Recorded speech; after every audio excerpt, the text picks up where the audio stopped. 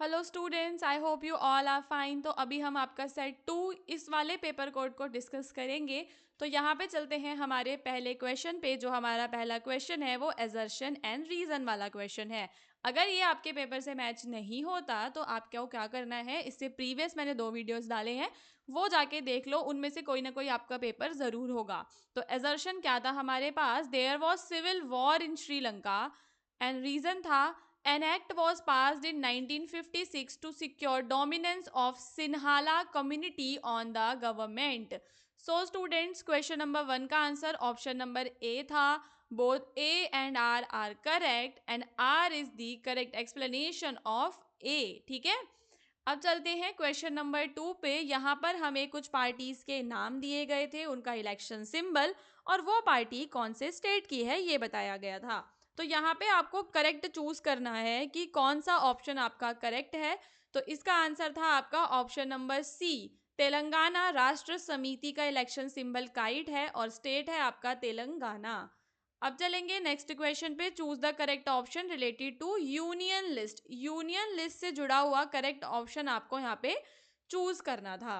सो इसका आंसर था option number D, currency, communication and defence जो होता है ये सारा का सारा किस में आता है, आपके यूनियन लिस्ट में आता है। ठीक है, तो जो भी आपके नेशनल लेवल के रहते हैं मुद्दे, वो सारे किस में आते हैं, आपके यूनियन लिस्ट में आते हैं।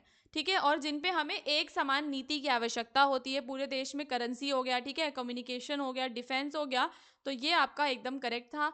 अब चलेंगे क्वेश्चन नंबर 4 पे। Read the following statement regarding the creation of state on the basis of language in India. हमें पता है कि हमारे इंडिया में मोस्टली जो स्टेट्स हैं उन्हें on the basis of language create किया गया है।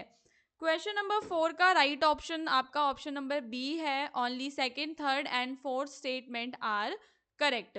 ओके, अब क्वेश्चन नंबर 5 है, how is democracy better than other forms of government. हमें पता है कि जो डेमोक्रेसी है वो अदर फॉर्म ऑफ गवर्नमेंट से बेटर मानी जाती है। ठीक है, उसके पीछे का क्या रीजन है, कौन सा इसका ऑप्शन अप्रोप्रिएट था। इसका आंसर था option number A, it enhances the dignity of individual. So option number A is the right answer for the question number 5। Then आपका है सिविक्स से आया हुआ है ये, Belgium took some measures to solve its problem, read the following measures and choose the correct option. ठीक है, तो क्वेश्चन नंबर 6 में आपका ऑप्शन नंबर बी होना था। Only 1, 3rd and 4th are correct. ठीक है, 1, 3rd और 4th इसमें आपके करेक्ट स्टेटमेंट्स हैं। फिर क्वेश्चन नंबर 7 है, which state of India has maximum area under permanent forest. Permanent forest के अंतर्गत इंडिया के कौन से स्टेट में मैक्सिमम एरिया है। इसका आंसर आपका ऑप्शन नंबर डी होना था, मध्य प्रदेश। ठीक है स्टूडेंट्स, अब हम चलते हैं क्वेश्चन नंबर 8 पे। Read the characteristics given in the box. यहाँ पे आपको कुछ कैरेक्टरिस्टिक्स गिवन है, इनको पढ़ने के बाद आपको टाइप ऑफ कोल का पता लगाना था। ठीक है, सो ये एक लो ग्रेड का ब्राउन कोल है, तमिलनाडु में इसके रिजर्व्स हैं, सॉफ्ट है और इसके अंदर जो मॉइस्चर कंटेंट है वो कैसा है, हाई पाया जाता है। तो this is lignite coal. Question number 9, which among the following crop is known as golden fiber? Very easy question, इसका आंसर था आपका जूट। ठीक है, jute is known as golden fiber। Question number 10 में आपको मैच करने थे करेक्ट पेयर्स। ठीक है, सो गांधी सागर इन चंबल ये आपका करेक्ट था। ऑप्शन नंबर ए जो है ये एकदम आपका राइट आंसर था। मल्टीपर्पज रिवर प्रोजेक्ट्स गिवन है और ये दे रखा है कौन सी रिवर पे है ये। अब क्वेश्चन नंबर 11 पे चलते हैं। इसमें दे रखा है, Ram is a farmer, Rama is a farmer, she needs loan for agriculture work. ठीक है, अब जो रामा है उसको एग्रीकल्चर वर्क के लिए लोन चाहिए, तो वो क्या करती है कि कौन से सोर्सेज आपको बताने हैं उसके लिए बेनिफिशियल रहने वाले हैं। अप्रोप्रिएट आपको चुनना है। ठीक है, बैंक तो अप्रोप्रिएट है, ठीक है, थर्ड अप्रोप्रिएट है, फोर्थ से भी वो ले सकती है। तो जिसमें भी हमें सेकंड दिखाई दे रहा है हम उन ऑप्शंस को काट देते हैं। ठीक है, और ये भी कट जाएगा और आपका ऑप्शन करेक्ट आपके सामने है, ऑप्शन नंबर ए। ठीक है, क्वेश्चन नंबर 12 है, पर capita income is criterion for development of which one of the following. पर कैपिटा इनकम वाला जो क्राइटेरिया है वो कौन यूज करता है?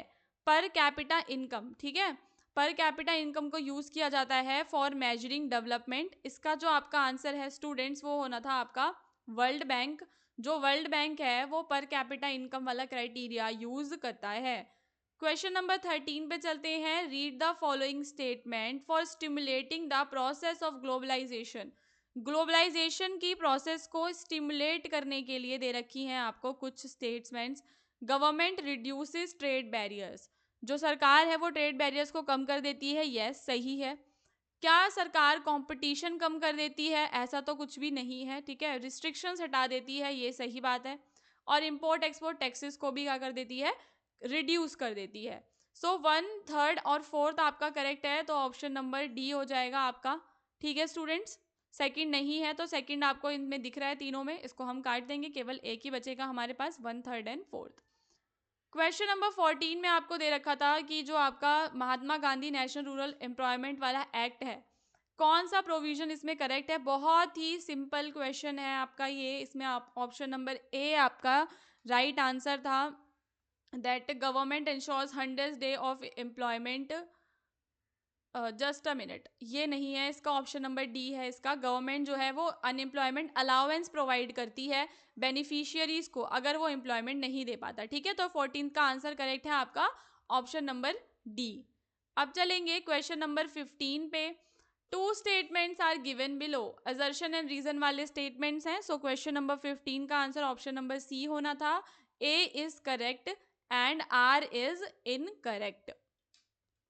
अब आपको ऑड वन आउट देखना है इसके अंदर। ऑड वन आउट इसमें 16th का आपका क्या है स्टूडेंट्स?